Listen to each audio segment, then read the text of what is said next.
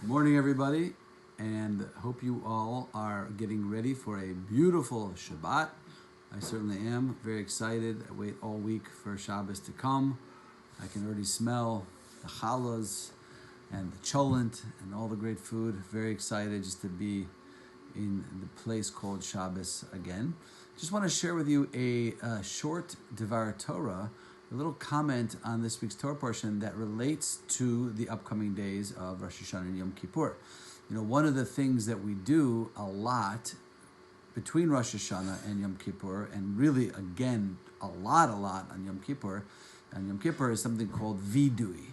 Vidui, literally, we translate it as confession. And you're familiar with it because it's the part where we go, oh, I did this terrible thing, and I said this, and I ate this, and I thought about this, and I wore whatever it is.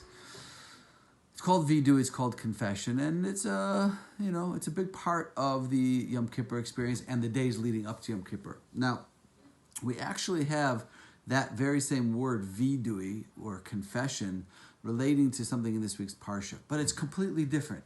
You know, the laws in the Torah tell us that we have to give certain tithes.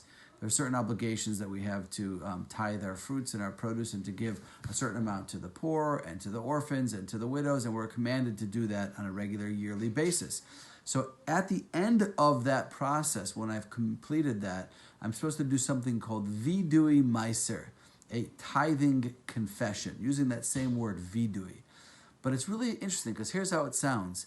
I get up and before God, I say, God, I have done your commandment. I have fulfilled your commandment. I've given the money and the tithes and the produce to the poor and to the orphan and to the widow. I have followed all your commandments. I haven't violated any details. I've done it exactly the way you told me to do it. I haven't forgotten anything. I haven't left out or omitted any detail. And I nailed this one.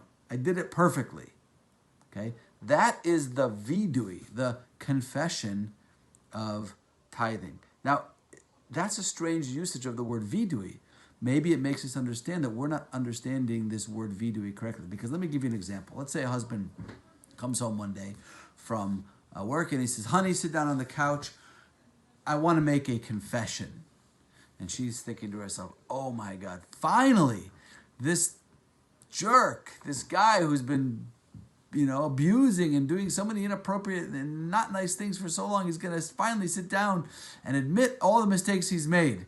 And he sits down and he says, here's my confession. Honey, I want you to know I have been absolutely perfect in this marriage. I've done everything correctly.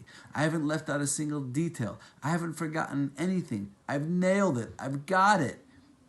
That's not really the kind of vidui or confession that she was hoping for. So I think what we're understanding over here is that vidui contains something else. And this is a fundamental principle which I want to take with us into the high holidays. Before we go into the vidui of, I shouldn't have said this, I said this, and I was mean to this person, and I was insensitive, and I did this that I shouldn't do, we have to remember that vidui starts with a verbalization of and a recognition of who I am in my essence, my greatness, my potential, that in my essence I have a godly soul, and because I have a godly soul, I'm good, and I'm kind, and I'm in my essence pure and holy. Vidui, before I can confess, before I can start to look at the nitty-gritty of the mistakes that I've made and the problems that I have in my behavior, I first have to start with a fundamental belief in my own self, in my own greatness, and my own potential and ability to be incredible and to be the person that I was put on this earth to be. So vidui begins with a positive recognition of who I am. Then we can go into some of the details of the changes or modifications that I need to make. Have a wonderful Shabbos, everybody. Shabbat Shalom.